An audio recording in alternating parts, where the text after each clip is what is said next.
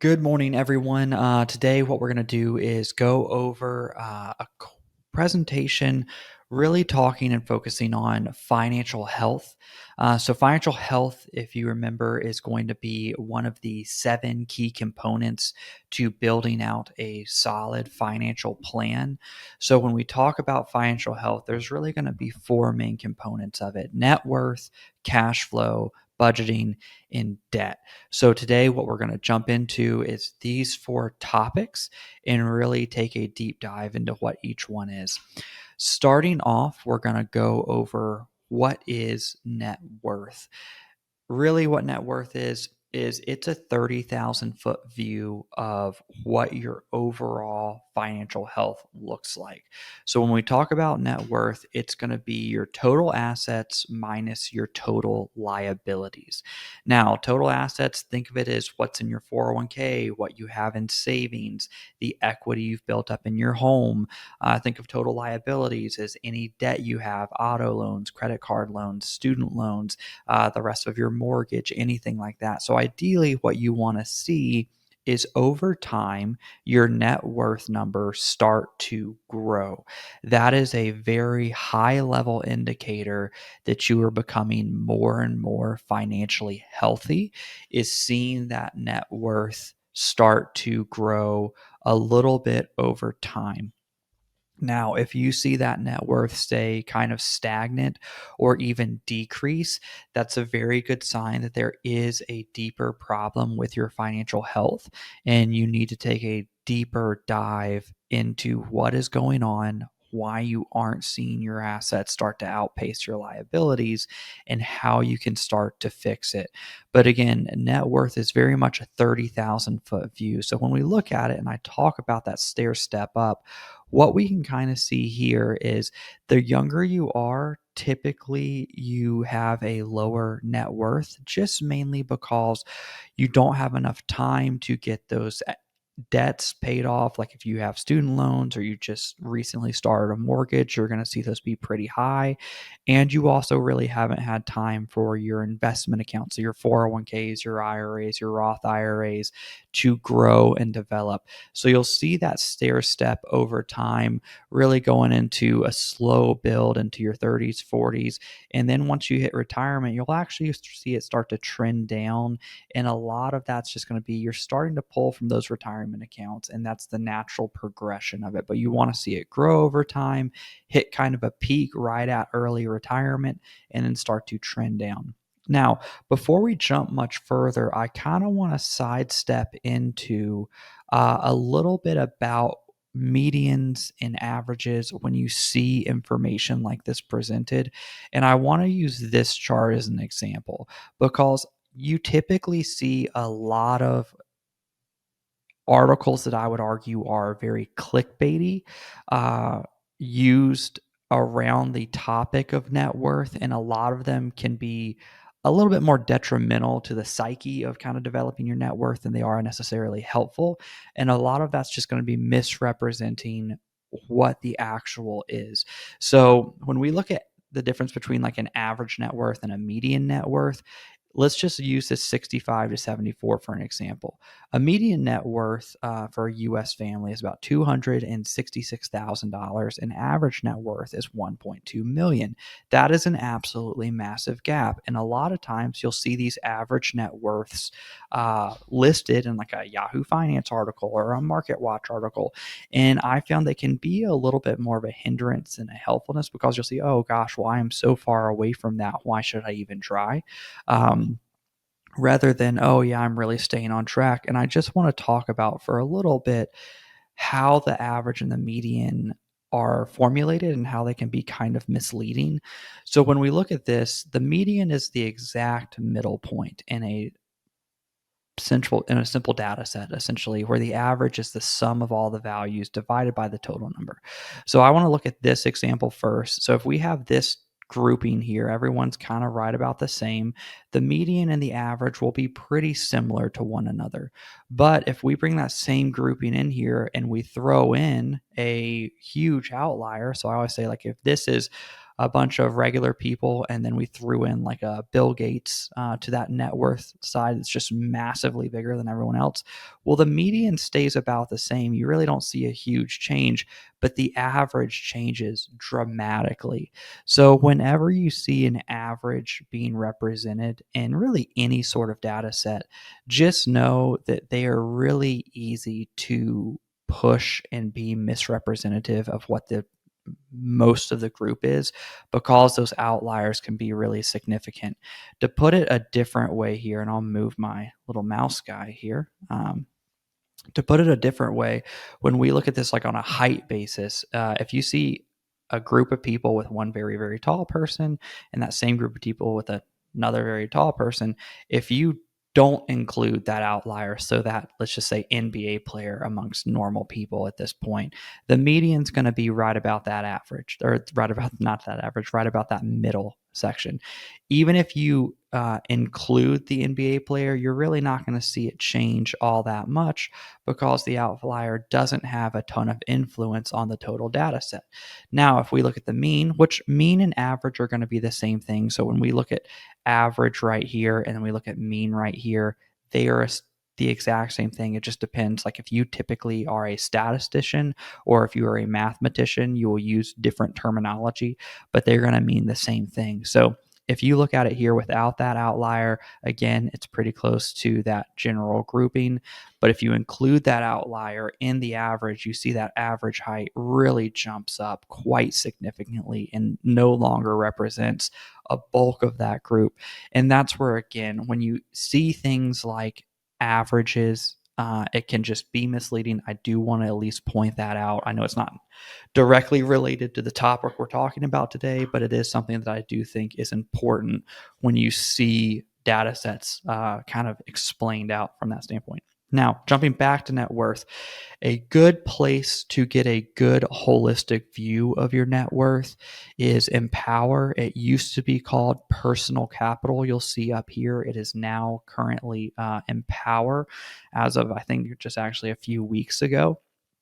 So, what this is a software that can be a great tool to consolidate all of your financial accounts, if you will. You can put in your cash accounts, your investment accounts, any sort of debts you have in here. It does a really good job of helping you track your net worth, track kind of how it's growing over time or how it's maintaining over time. Gives you a pretty good insight into budget, cash flow, portfolio balances, everything here. Now, I will say this software does have some retirement planning aspects to it. It is not necessarily designed to be a full-fledged retirement planning platform. It is mostly for kind of your financial health from that standpoint, a very personal look at your current financial health. So the tools from a planning standpoint tend to be very simplistic. If you do want to meet with us, what we typically use is a much deeper dive into that retirement planning side of things. But as far as a software to help you track your net worth and keep a good organized look at where you sit financially as a whole, this is a great, great software to use. Now, jumping over to cash flow. So we've talked about net worth. It's the 30,000 foot view of where you sit from a financial health standpoint. Now I want to jump to your cash flow. This is kind of really like the 5,000 foot view of how you sit financially. And this is going to be where you really start to get into the weeds of developing a budget to manage that cash flow and managing your debt. But cash flow is going to be the start of that. So cash flow in its most basic form is going to be just cash in and cash out on a monthly basis, pretty much. So just how much do you have coming in from your different income streams and how much do you have going out at that point? And this is going to be really where you start to figure out, are you managing your household income and your household debt well, or is it something that you really need to start to get a hold of? So cash flow is important because it is the fundamental building block of really your entire financial plan. So everything you do building on a financial plan is going to be based on that cash flow. If you have a poor cash flow management, the likelihood of you building a sturdy financial plan long term is fairly low, you're probably going to end up seeing having to stop and start many, many times throughout your life. And you're going to see probably very inconsistent progress when it comes to a financial plan over time. So, building that cash flow and keeping that cash flow steady and important, and making sure you're not falling into debt and you're managing that well is absolutely huge from that standpoint. And it's also one of the things that's probably kind of the more difficult part of building a plan, because it is an ongoing practice you have to do over time. It's not necessarily something that you can do at once and it'll sit. Now, you might ask why that cash flow is important. And the reality is, unfortunately, a lot of Americans are not in a position to have a healthy financial standpoint. Like, they don't have a healthy cash flow management system in place. So if you look at this of how just number of Americans or percentage of Americans that essentially have savings. You're looking at about 25% of people say they don't have any savings. 26% of people say they have less than 3 months of savings. So you're really looking at just under like 45% of people saying they have 3 months to 6 months worth of savings at that point, which is fairly low. So, kind of put that a different way, is how many people could cover an emergency that was $1,000 or more. And you're looking at about that same 44% that said they had 3 months to 6 months would be able to cover that savings. The rest would have to dip into credit cards, cut back other bills or expenses, borrow money, either from a bank or family or friends. And that's a position you really just don't want to be in. And if you are in that position, then it also typically means you're not in the position to start building long term retirement planning or wealth building at that point as well. You're really going to be solely focused on just making it month to month, and that's something you really want to start to build on. So how do you take control of that? How do you work through that and kind of build through that? That's going to be creating a budget. This is going to be where you start to look at your cash flow and you say, all right, I'm sick and tired of just trying to play catch up all the time. I want to get ahead of this, and I want to make sure that my money is going where I want it to go and not just going wherever I feel like it has to go at that point in time. So, a couple of reasons like to why to create a budget and why it's important. First off, just reveals areas of inefficiency in your spending. So I always like to use the example. I know a couple people, every time I see them, they always grab drinks. Like, if they could be going home, they're stopping to get a drink somewhere. While that is not inherently bad, and I do believe that getting Starbucks on a morning or an every morning basis, or eating avocado toast, goodness, isn't gonna make you broke. What that is indicative of, however, is some inefficient spending patterns. So if you're not budgeting that in, and you are just kind of giving in to every little whim of spending that you want to do and not realizing there is some value to delayed gratification, then what you're typically looking at is probably having some pretty inefficient spending patterns within your budget. And that can be something to work on. And again, if you're not tracking or budgeting, you might not even know that those exist. Also, it makes family members aware of harmful spending patterns. So this is something really from like a spouse standpoint of just making sure both spouses are on the same page and both realize that everyone's going to have essentially some sort of harmful spending pattern. A lot of times you might have a saver and a spender in a relationship, but there's still going to be things both people need to work on. And this is really where a lot of buy-in from both parties needs to come into play. Provides kind of measurable evaluation. So one of the biggest things is just when you're building a budget, the goal is to build the budget for something. So you're not just tracking your expenses and building a budget not to change anything. You usually do this because you want to start saving more, paying down more on debt. Having a system in place where you actually know where your money's going, you can then start to dictate where you want that money to go a lot easier. And that's providing measurable evaluation at that standpoint. Then allows you to anticipate financial problems. So if you've tracked your expenses or budgeted for any extended period of time, you're going to know that there's going to be miscellaneous things that come up that you did not account for. Now that you do that, you can start to account for them in the future. So, flat tire, hospital bill, home repair, whatever it might be, you can start to kind of plan ahead so you're not just getting hit in the face by life every few months with a big expense, but you can start to plan for them. And then lastly, you can just be motivating.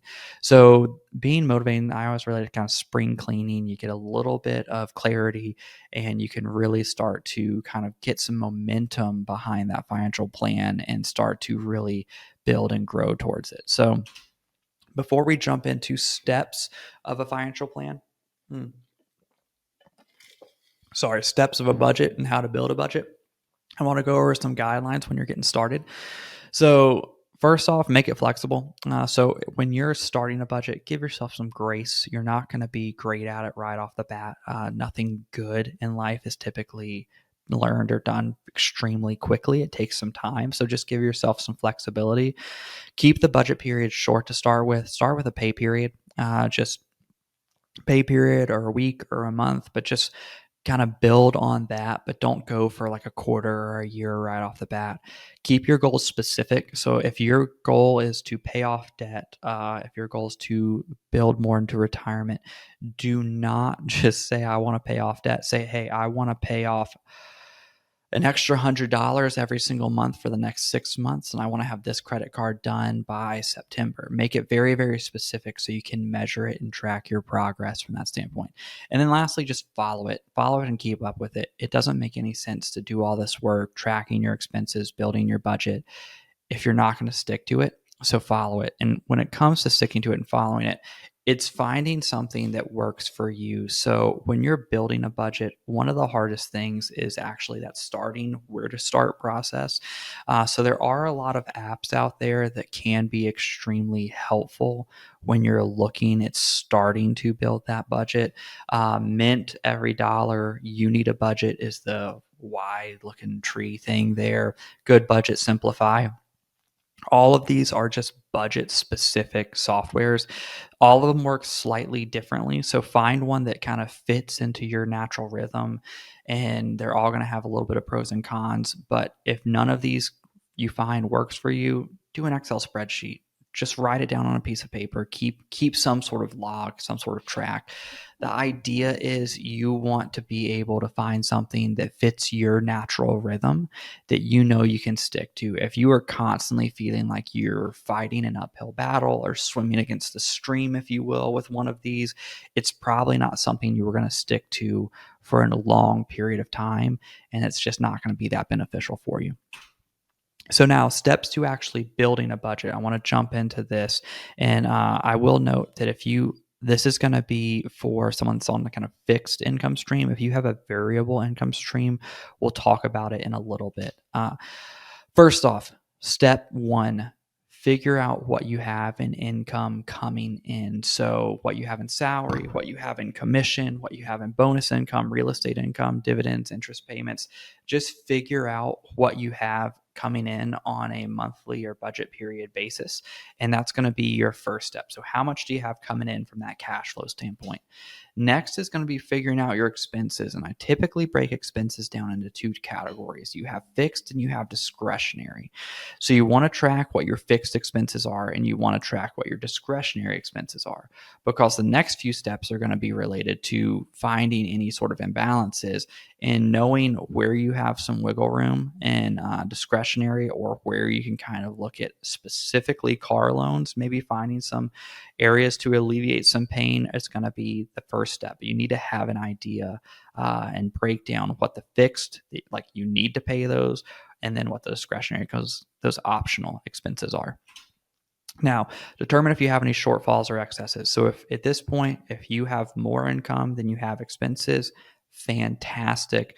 We can go ahead and start saying, all right, how do you want to allot that excess income? If you do have shortfalls, then it's first, I'd say, look at that discretionary spending and say, hey, is there anything I can change in that category? If not, and or if you have such a shortfall that that's not enough to cover it, then it's all right, what have I done in my fixed category that I need to adjust? And that's where I typically say the car loan's the easiest one. You can trade in for a cheaper car. And a lot of times, in my experience, you see car loans that are extremely expensive. So now, if there is a mismatch between expenses and income, what you need to either do is lower your expenses or increase your income. Now, I want to stop here and say, if you plan to increase your income, that is going to take time. If you say, "Oh, I'm going to get a side gig, I'm going to do Uber or DoorDash or something, increase my income until I get this debt paid off," that's fantastic, and you can do that. And I'm not saying don't do that. I'm just saying it takes time to build up that income. Do not continue to overspend in expectation that your income will continue to grow. Match your expenses for what your income is today. So even if you are planning on building your income over time or moving career paths to get a higher income, do not continue to spend expecting your income to increase. First, lower your expenses. That's something you can do typically very, very quickly. And then as your income starts to increase, you can start to expand those expenses a little bit if you need to or want to. But do not just assume that income is going to increase and then spend like you're spending for a higher income. Lastly, make sure you're allocating those expenses where you would prefer. So, the whole idea of building a budget is making sure you are tracking, but also making sure that you are putting money where you want to put it. So, you're having those goals. You're saying, "Hey, I want to put an extra $200 towards retirement. I want to put an extra $300 towards this credit card bill or towards this car payment or towards my mortgage," and making sure you're actually allotting and doing that. Because if you're just building a budget and tracking your expenses, you're not really changing anything. So the last step to that budget is actually kind of pushing yourself to achieve some of those goals you want to do and make sure you're allotting that. Now, if you have variable income, pretty much all five of those steps can still be applicable to you. What you really need to do when you're matching out that budget, though, is build about two different budget plans. You want to build a lowest and a highest end budget, and you're probably going to have to extend your time frame a little bit. So if you are someone that gets commissions on a quarterly basis, or if you're someone who knows your fourth quarter commissions are really, really high compared to the rest of the year, you're gonna have to do a lot more legwork and a lot more planning on making sure that that lump sum can cover you for the remainder of the year. And what you'll probably need to do, especially if it's variable, is build a bare bones budget and then build kind of a higher end of what you would like to do budget at that point. So if you do have more income that comes in, you have a higher commission period, you can lean to that higher end budget. If you have a lower commission period, you can be a little bit more flexible and drop to that lower end budget. Again, it's going to take more work and it is a lot harder, but it is doable. So don't use your variable income as an excuse. Now, I want to talk about what is debt here real quick. So, first off, just what is debt? So, debt's typically you need money, you get a loan from someone, a family member, a bank, just any sort of loan. And the basic part of that is they loan you money, you pay them back the money you got plus a little bit of interest. Most people need loans for essentially college, starting a business, or some sort of investment. That could be a house. And you have a couple different types. You'd be like credit card, mortgage, student loan, auto loan, small business loan. That's going to be most people are going to be in this category right here. Now, so that's the basic of what debt is. But is debt good or is debt bad? And this is where I get a little bit you get a little bit of disagreement here because there are schools of thought that debt is really good and there are schools of thought that debt is really bad. Um, so I always use two examples. Like if you are familiar with Dave Ramsey, he is a debt is bad person. He is very much stay out of debt, do everything you can to get out of debt, build your wealth through investing and just investing specifically kind of stock market investing, equity investing at that point, and stay out of debt. And then I always say the other really popular one that's kind of the opposite side of the spectrum is going to be Robert Kiyosaki, who he did Rich Dad Poor Dad, which a lot of people read. He is all about using debt, leveraging debt to buy real estate, cash flow producing assets, is what he would say. And the whole idea is you use other people's money to build your asset base. Now, he's going to say debt's good, or at least some debt is good. Dave Ramsey's going to say pretty much all debt is bad. I tend to be of the idea that debt isn't great, but it is necessary at times, and it's really going to be kind of risk based. So you do the rich dad poor dad, yeah, that can work, and you can see people really do well with leveraging debt, developing rental properties. But I will say, typically, for every one person that did it really, really well with it, you have probably 40 to 50, if not 100 people that did really, really poorly with it and ended up having a really hard time. With Dave Ramsey's mentality, it's typically a much slower process, but typically a little bit safer, a little bit less risk. I tend to view debt as being relatively bad just in what it is, but necessary at times. So when I talk about debt being necessary, there are debts I think that can be useful if done responsibly. So, like a mortgage, most people aren't going to be able to buy their house outright. A mortgage is a good way to have something, get a house, and slowly start to build equity over time. You just have to do it responsibly. Student loans can be used to put you in a better position to earn higher income later on. If you want to start a business, taking out a small business loan can put you in a better position later on, but it can also be a very big hindrance and cause a lot of debt later on. So it's not that all of these are inherently bad or inherently good. It's just, are you using it wisely? Are you oversaturating yourself with debt? And just realizing they're necessary at times, but debt in and of itself hinders you a lot. And when I say it hinders you a lot, ultimately debt causes you to give up control, because you always have to pay that debt back or you file bankruptcy at that point in time, which is something ideally you don't want to do. So looking at a couple things is why is debt not great. It limits when you can retire. So you have debt, like, so say you have a mortgage, you have a huge car loan, you still have student loans. It's going to limit when you can actually step away from work, because you still want to take vacations, you still want to have your normal fun expenses, your entertainment expenses.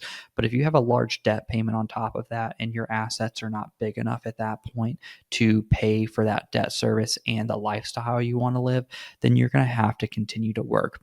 The next 2 points, it gets stressful and can be a point of contention in your marriage, go kind of hand in hand. A lot of people end up losing sleep over money. They end up being overly stressed, worrying about debt. A lot of marriages, key arguments are fought over money. Divorce is caused by money quite oftenly. Having a lot of debt can add stress and really contention in a marriage on something that's all life is already stressful, and marriage can already be difficult at times. Having a lot of debt can just add to that, forces you to maintain a certain level of income. So I always use the example, like if you wanted to go off and you have a dream job, but that dream job does not make a lot of money, and you can be forced into the job you don't necessarily enjoy on a day to day, just because it gives you a more comfortable paycheck to be able to service the debt that you are in. So it limits kind of what you can do with your life. It can easily spiral out of control. So this specifically comes with credit card debt. So if you have a mortgage, well, it's capped. Auto loans are going to be capped. Credit card debt's going to be able to balloon pretty much. And I always say, if you are sitting at a lot of debt and you do have an emergency, more than likely you're going to need to put it into a credit card. And that's where not only the interest rate of a credit card is going to really balloon over time, but also if you have to continue to use them, it makes it extremely hard to get out from under that large debt. And finally, it just creates a barrier between you and financial freedom, of being able to do what you want because you have the financial freedom and flexibility of not owing anyone anything. Now, when we talk about how debt, main thing we want to talk about when it comes to financial health is how much debt is too much debt for you. And this is where it comes back to using debt responsibly. So when we talk about debt and how much debt is too much debt, we want to talk about debt as it relates to your income, specifically the debt to income ratio. So a good rule of thumb for the debt to income ratio is keep your debt to income ratio below 36%. Now, what is the debt to income ratio? It's taking your debt payments, dividing it by your income, and that's your debt to income. Now, you'll see debt to income ratio a lot of times be used with gross income before taxes. I typically like to recommend using your net income. It's a little bit more of a conservative measure, but it's a little bit more real in a lot of cases.